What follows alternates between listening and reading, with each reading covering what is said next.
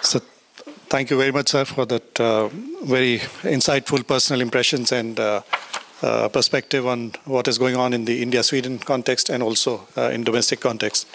Honorable Minister has agreed to take a few questions. So if you have some questions that you would wish to ask the Honorable Minister, please raise your hands, briefly introduce yourself, and if you could keep the questions short. Okay. I'm Shilpa Subarna. I've been following you greatly. Like a fanboy, I follow you. I'm addicted to the videos. One thing very impressive about you is you follow yourself so calm and composed. You handle extreme, subtle but yet strong, witty yet very politically correct. So how do you do it, sir? Is it...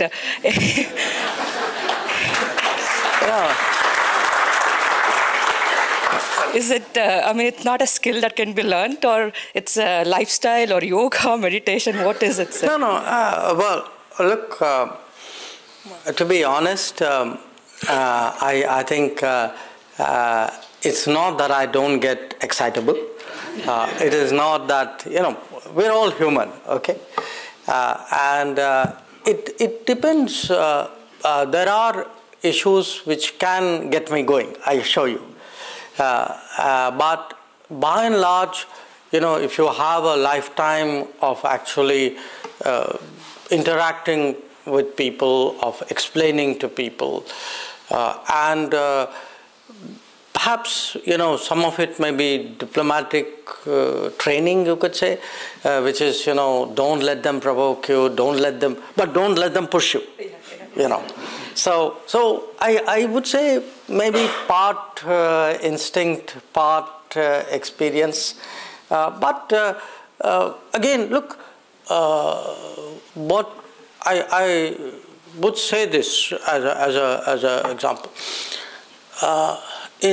Today we are becoming, we're becoming bigger in India. Okay, we are the 5th largest economy. Our weight, our influence, our reach. Our opinions, all this count for more. Now, when that happens, it's not always that everybody would embrace it warmly. People will contest it. There will be, you can have people who may feel, this country or this person, in the past they always listened to us. Now, why are they behaving differently? They could have that. So, the rise of any country is always a challenge. And when you are challenged, you have to handle it in a way in which you respond, but you don't necessarily get provoked. I think that's the fine line.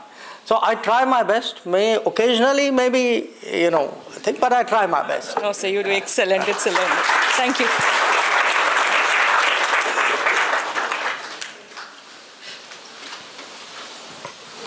Thank you. My name is Nalini Bonnier. I'm a managing director at a global investment bank here in Sweden. It's called BNP Paribas. And by chance, I'm actually also the first Indian girl who came to Sweden at the age of 2 and who's still living here. So I came here in 1964 with my parents. My father was a nuclear physicist. He came here on a research scholarship, and he became a Swedish representative to the International Research Center CERN in Geneva as an Indian citizen. So my question to you is, how do you see the future of the UN Security Council, given the challenges in maintaining peace? And do you also see a potential for India to become a permanent member, given that India is the most populous nation in the world? Thank you. Ambassador, if I may make a suggestion, could I take about 3-4 questions, then everybody will get a chance. Yeah. I'll come to this side.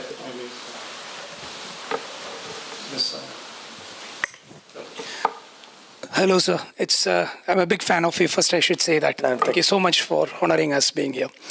My question is, sir, the geopolitical situation and the political clout right now is changing. And as you can understand, Sweden, which has been a peace-loving country and has a big history like India, now NATO has come in and there is a lot of things changing due to the geopolitical situation. So as Honorable External Affairs Minister for India right now, what is the biggest challenge you see when it comes to the geopolitical situation right now?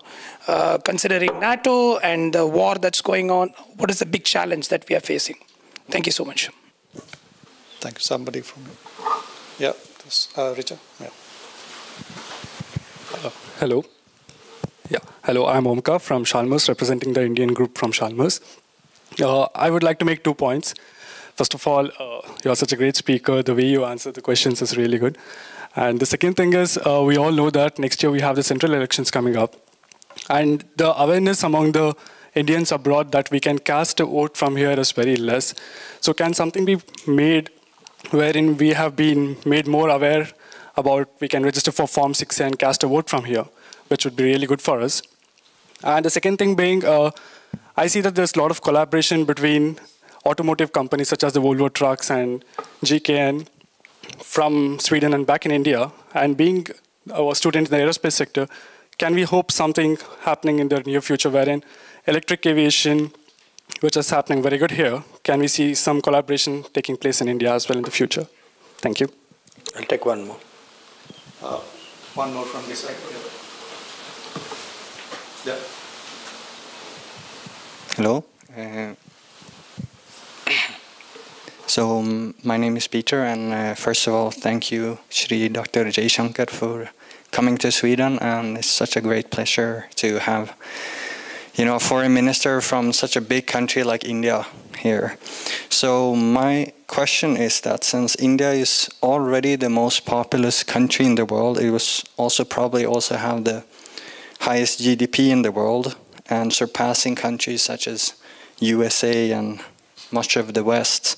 So my question to you is, do you think also that the Indian culture will become more prominent in the West? That, for example, in the future, when we think of fast food, we think of pani puri instead of hamburger. That radios here would start to play Bollywood music, and that H&M T-shirts would have New Delhi printed on instead of New York. Thank you, sir. Let me start with the UN Security Council question. The UN, I think everybody will remember, was designed in the 1940s. At a time when, though India was an original signatory to the Charter, but India was not an independent country. And at that time, the 5 countries who are still today permanent members of the Security Council, they kind of selected themselves, you could say. Now, the problem today is, like any institution, those who are previous beneficiaries are resistant to that change, which they feel would in some way dilute their positions of privilege. Now, some of them may be more so, some of them less so. I think the wiser ones will say, okay, life is changing, let me change with it. It's useful for us to have a country like India. There would be others who may not oppose us openly, but effectively through their actions and policy ensure that the status quo is maintained. For almost now 20 years, there has been a persistent effort to find a way of reforming the UN. And there are today 190 something countries who are members of the UN. Now you would imagine, you can ask yourself, how hard can it be? Okay, if there are 190 countries, why don't they all sit in a room and sit down and thrash it out? But as Ambassador would tell you, he's worked in the United Nations. What happens is, the obstructions and the maneuvers begin. So even sitting in the room to discuss it itself is a challenge, So this, quite honestly, is one, it's not just a challenge for India, because the fact is there is today no African country as a permanent member. There is no Latin American country. So what happens is, if you have any large body, it could be body of nations, body of people, if the leadership, the decision making is not representative of the membership. So it's like a shareholding. If the shareholders of a company feel that the company management is not representative of the shareholding, you're going to have problems. Now, at this time, you can actually see that with each passing year, the effectiveness of the UN has actually come under question. So, even for the good of the UN, it is. So, I'm not even taking an Indian viewpoint. I mean, I would say globally, fairness, effectiveness would dictate that there is reform. For the good of the UN, there should be reform. But, it will be a kind of a tussle between the reformists and those who are obstructionists. But I'm very confident that, look, with each passing year, I've seen, the sentiment for reform grow stronger. So when it will happen, I can't say. But I can say the needle is moving in the direction of reform. That I can certainly assert. Regarding the geopolitical challenge issue, look how the world looks depends in many ways where you look at it. I can imagine today. I mean, I've seen in the last. Yesterday, today, the people I met, I mean, here obviously right now, the Ukraine conflict is the most important event. It's understandable because it's a very proximate region. Now, if you go, let us say, to Asia or to Latin America, I was there 2 weeks ago, it's not like they are unaware of the seriousness of it. It is that it's manifested in their lives in a very different way. So if you ask, say in Africa today, what is it which is really like you consider the life and death issue? People will tell you, look, debt is a big issue. We don't have the money to do education, health. We are actually cutting back in many ways. Far from progressing, we're actually in some ways regressing. There will be places where, even the Ukraine conflict has expressed itself in food shortage. A large part of Africa, Middle East was actually importing food, and their food chains have been disrupted. There are countries who have found that their energy bills have shot up, and in some ways it's become unaffordable for a country. There would be places where actually people will say, fertilizer supply, because remember, Russia is one of the biggest, probably the biggest exporter of fertilizer, that has been affected. So one part of it is we are today in a very globalized existence, and a disruptive event somewhere will actually not just affect that immediate region. That would have happened 25 years ago. Distant parts would not have felt it the way that they are doing today. Now, once you accept that, I would say look at the disruptions across, what could be the source of disruptions. We spoke about COVID. Think how much COVID actually disrupted the world. Not only by the health consequences of COVID, the economic consequences, the mobility consequences, the supply chain consequences. I mean, during the lockdown, when we had the lockdown in 2020, one of the regions which was very, very anxious at the time of lockdown was actually the Gulf, because most of us don't readily realize it. Every day, there is food shipment moving out of India to the Gulf. They are heavily dependent on us for actually the food supplies. So they were very worried that actually the flow of food would get disrupted. And we actually made an exceptional effort at that time to ensure that it didn't happen. So one part of it, as I said, is this whole set of disruptive events. It could be pandemic, it could be climate events. I mean, again, we think of global warming, but look at the regularity and the growing intensity of climate events. That climate events are getting stronger, more catastrophic in their consequences, and they will be disruptive as well. You had countries where there are massive floods, enormous heat waves, right? Big cyclones. We're seeing one right now near Bangladesh. And if you measure them against how it happened 10 years ago, 20 years ago, 50 years ago, no question that they're all getting much more severe. So this kind of disruptive is one issue. We don't think of it as geopolitical, but it is actually.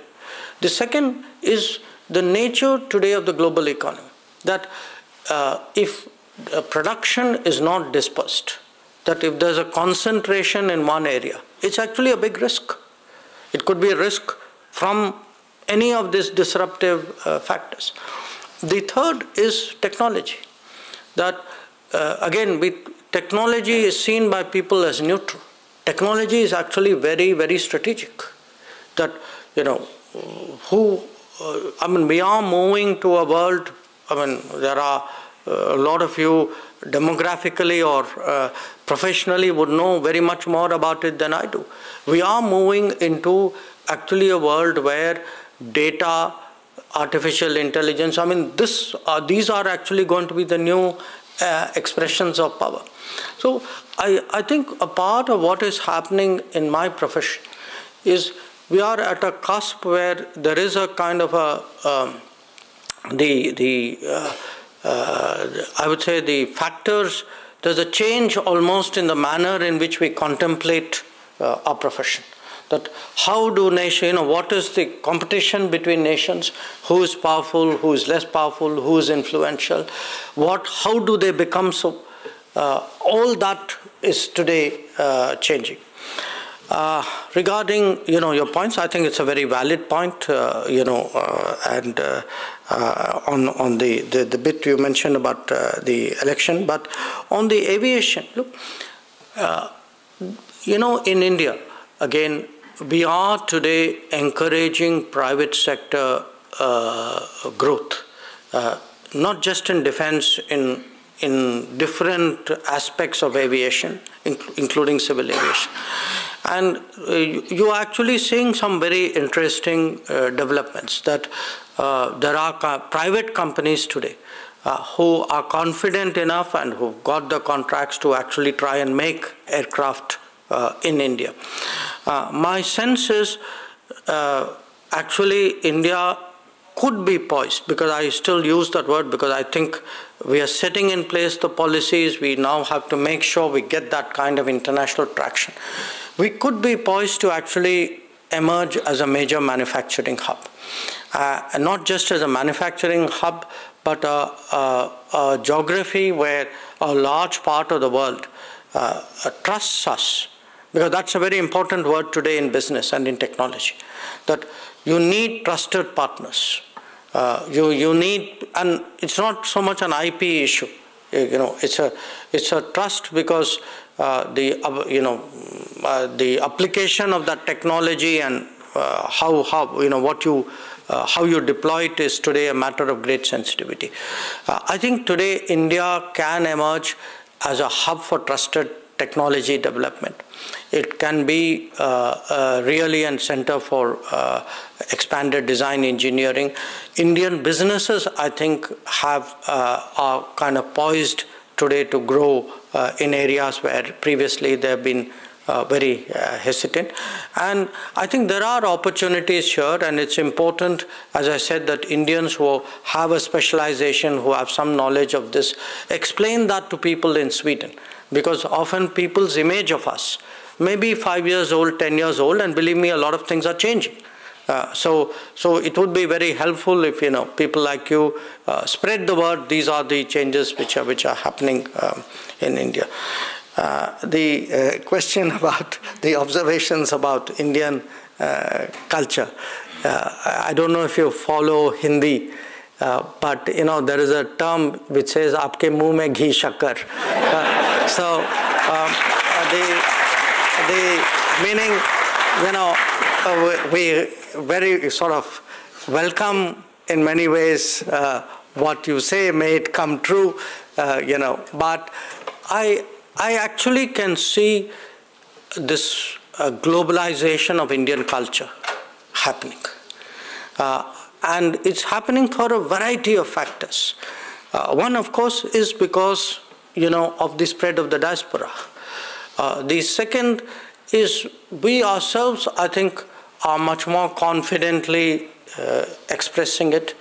It's important we try to find ways of making it more universal.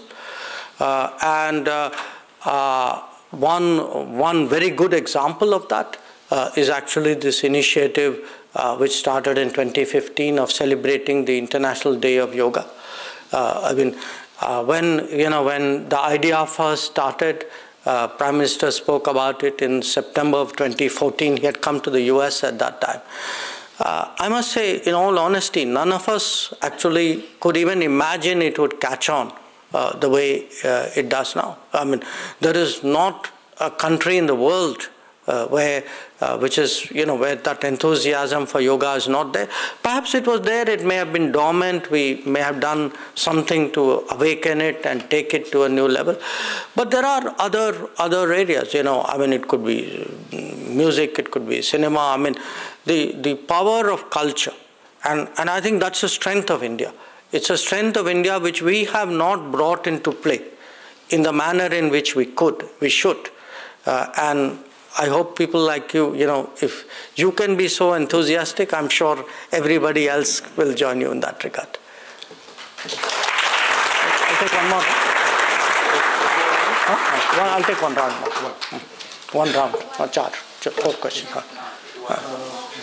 So I'm Dr. Sanjeevi. I'm also Pravasi Bharasya Samman Awardee. I've been in Sweden now for 33 years. My question is about China. China is one of the biggest trading partners for India. But at the same time, we are being pressured by China in all sides. One, by taking all the countries surrounding India into a debt trap. That's one thing. Second, all the terrorists that India want to identify are all being blocked at the United Nations by China from being named as terrorists. So there is a past, there is a present, and we are talking about climate wars that are going to happen in the future, where one can manipulate the clouds from not bringing the rain and resulting in some of the desertification and things like that. So with so much happening, it's an extremely tough job, I think, for you to deal with China in balancing the trade on one side and also increasing the security for India on the other side. How do you envision that we will move forward with China in the future? Okay. Anybody from this side?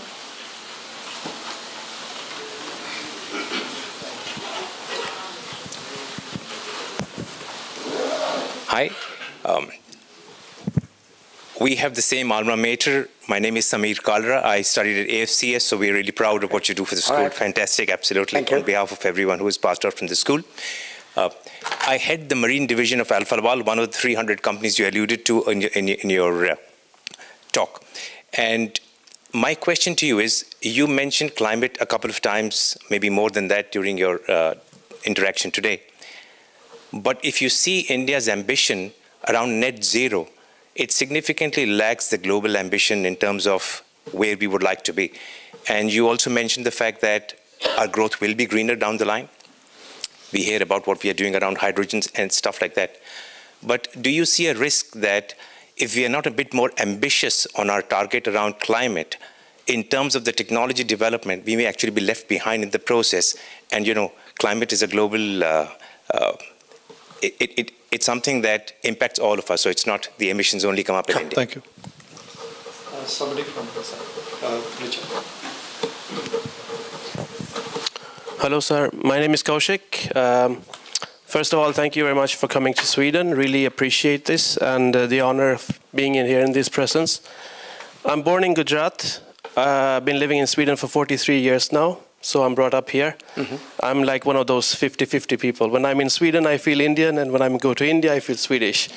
So I don't have any... But you feel Gujarati all the time. I'm Gujarati all the way.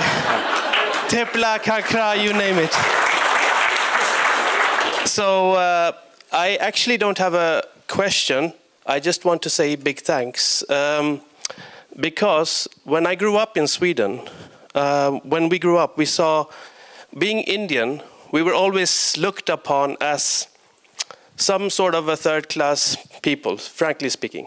I mean, I've seen this, I've felt it from inside. You know that? They see us as lower-standing people, like undeveloped and maybe uneducated at times, poor. But then I've seen the shift throughout. And maybe it happens as well because I have grown myself, got an education, I'm stronger, I see how I work. But I've seen how the Indian government has done this, the old governments, I'm not saying only this government, but previously. And I'm really thankful, and I just want to say big thanks for this because we are so proud now to be Indians in these contexts, you know. So just want to say big thanks for that. Okay. Thank you. One more. This one? Yeah, here. Yeah.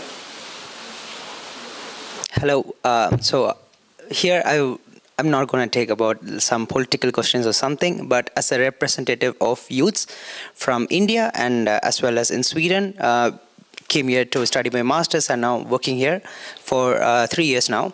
So what would be your advice or thoughts where us youngsters representing India and also working in Europe would like to have a mindset in terms of future taking India as a, I mean, being as a rep from India and also continuing the growth towards Europe. So how would you like to motivate or give us some advice? Sure. Let me start with the China question. You see, why today does India, not only India, but India imports so much from China? In part, I would argue because when we embarked on reform in 1991-92, we opened up our economy. We should have done that. I mean, nobody today disputes that reform was necessary. But what we did not do at that time and the succeeding years was the way in which, let us say, China or a Japan or a Korea built up their industry. We did not give that kind of encouragement and support to manufacturing in India. Now, what it did was, it actually put Indian industry, especially small industry, very much at disadvantage. Because on the one hand, we were exposing them to the world, but we were exposing them to economies where, in a sense, there are a lot of non-market factors, subsidies at play. The scale was very different. And so if you look back at the last 3 decades, actually, this has been a very persistent complaint in the Indian business community, especially the small business community. So how today to motivate and encourage revival of manufacturing? This is something which is very important, because if our own businesses, if they prefer to source from China rather than from Indian companies, how does the chain get built? Now, you will not see that, say, in East Asia. Japanese companies will source from Japanese companies. Korean companies will source from Korean companies. So, a large, some of it is like the economic factors. Some of it is making infrastructure. I mean, one of the reasons why we are making this big push in infrastructure is, if our infrastructure is not competitive, our economy cannot be competitive. Because it's not only convenience of people, you are actually disadvantaging production in India with an inefficient infrastructure. So there are a whole set of changes which need to be done to encourage manufacturing. But we've had, debates in India. Frankly, I don't want to be political abroad, but we have not always seen consistent support for industry and for manufacturing in India. But there is also the motivational factor. Today, if you look at the messaging of the Prime Minister, when he keeps saying Atmanirbhar Bharat, when he says vocal for local, when he tells us, look, go buy, make in India, give preference to make in India. Even when it comes to even the government of India was often not treating Indian industry as the natural place to go and buy its products. So I would say a lot of it is economics, a big part of it is policy. There's a lot of infrastructure, but there's also that sense of having pride in being Indian, of supporting your own, of wanting your own companies to come up. That requires a certain, I would say, collective mindset. That's one of the changes which we are trying to bring about. It will be, it will be hard because, China has today accounts for a very large part of global manufacturing. But I feel today that after COVID, after the disruptions that we speak about, climate, Ukraine, etc., there is a sense in the world that there must be more sources of production. And we are trying to position ourselves and trying to capture that sentiment and tell global companies saying, look, why don't you also look at India? But I have to earn that business. I can't just tell people come to India and not sort of be attractive enough or efficient enough to do that. I think this is today for us one of the big challenges, but certainly it's something we would like to go down that direction. On the net zero and are we being less ambitious? Look, I was with the Prime Minister in Glasgow when he made that commitment. And there was a very, very intense debate we had in the whole run-up to Glasgow. First of all, to ask a society at $2,000 per capita income to even make a commitment is itself a huge ask. Where in the world at $2,000 has a society made that kind of commitment? So I think, we should actually today look at, we should not, you cannot equate India and the timelines of India and the growth path of India with countries whose per capita income are 5 times or 10 times or 20 times what is that of India. China's per capita income today is 4.5 times ours. And look at where they have pegged it. So now it's possible that, given the enormous pace of technological change, that a lot of these debates may be overtaken by options whose effectiveness we do not know today. The last 10 years have been a huge surprise for all of us. So maybe the next 10 years would be an even bigger surprise. So, but we felt on balance because it's, when you look at these big global debates, it's important not to be pressurized or, in a sense, pushed to make decisions. We are still very much a nation of small producers. We are very employment sensitive. It's very easy, in Europe, for example, has a very, I would say, almost a theological opposition to coal. But yes, they can have it. Their income levels allow it. They had other sources. When we were in Glasgow, everybody was against coal because they're all busy importing Russian gas.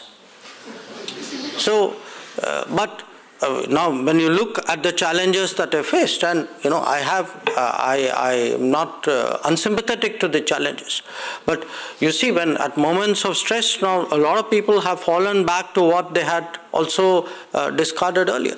So I don't think we have fallen short. In fact, I feel that under the circumstances, this was actually it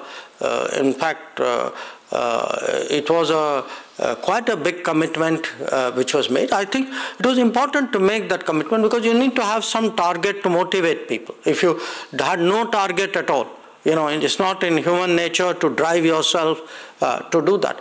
But I'm very confident, when I see what's happened on the digital side, I'm very confident India will also surprise itself when it comes to green technologies, that we will adapt, we will embrace. In many ways, there will be a kind of leapfrogging of Indian industry and Indian economy in ways in which we may not today fully anticipate it. But there is, people again have reduced it to a kind of a zero emissions issue. I think it's much bigger than that also. It's important. There are lifestyle issues and there are issues, by the way, of keeping promises.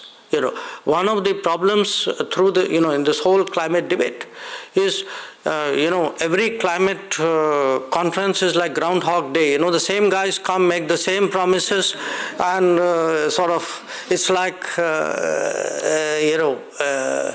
so. The reality is that the kind of resources which were promised, there's not even a I don't want to say pretense, but a modicum of delivering on that. Those are also genuine challenges. I think the other two questions or observations in a way are kind of connected. You spoke about how the standing of Indians has improved. Look, I share this. I first set out of India 44 years ago, 1979. I first came to Europe in 1981. It was a period when our resources were less, our standing was less, maybe our capabilities were less. We have, one part of it is, what we say, things like our economy has grown, etc. But the reality is the perception of India and Indians in the world, that has undergone a big change. That we have developed a kind of a collective sense today of people who embraced education, who embraced technology, who by the way, when I was ambassador in the US, I once had a member of Congress, a very a tough guy from Texas, who's a judge. And he actually told me, he said, I like Indians because I've never seen them on the wrong side of the bench. He was from a legal bench. So look, that Indian who follows the rules, whose work ethic is strong, whose family values are good, this is actually our collective persona. So we are seen today as really contributing citizens, as assets. People don't see us, wherever Indians are, they are not seen as a burden on the society which they are. They are seen actually as an asset. That's why when I said, all you guys make my job that much easier. That it was part of what you're saying. And to the young gentleman there, I would say, look, this is an era of mobility. This is an era of mobility. It will be increasingly one of more and more. I can see a lot of professions where the Indian participation in it will get stronger with the passage of time. Already you can see it. Any of you travel in any airline today, it doesn't have to be an airline owned by India. It is very likely you will see a crew member who's Indian. You go to any hotel in the world today, very likely you will see somebody there who's Indian. So the global service industry, the global tech industry, as I said, look, the demographics work for us. It's our challenge to empower the demographics, make it employable, make it, make that talent and skill deployable, relevant, and that is where people like you come in. And I feel that era where we say, am I at home and is it good to go abroad or bad to go abroad? I think that's old kind of thinking. I think younger people like you are just going to go in and out depending on where the opportunities are. And that's really a different kind of world, to my mind a better kind of world, which all of you are entering. So I count on people like you to take our country forward. I think we'll stop here.